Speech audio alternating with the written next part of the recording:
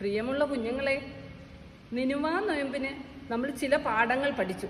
നൊയമ്പോടുകൂടി അത് അവസാനിപ്പിക്കാതെ നമ്മുടെ ജീവിതത്തിൽ അതെങ്ങനെ പ്രാവർത്തികമാക്കാം അത് ഒന്നുകൂടെ ചിന്തിക്കാനായിട്ട് ചില ക്ലാസ്സുകൾ വീണ്ടും ഞങ്ങൾ തുടരുന്നു.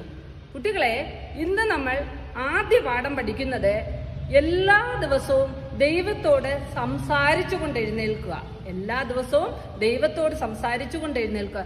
എന്തിനാണ് ദൈവത്തോട് സംസാരിച്ചുകൊണ്ട് എഴുന്നേൽക്കുന്നത്?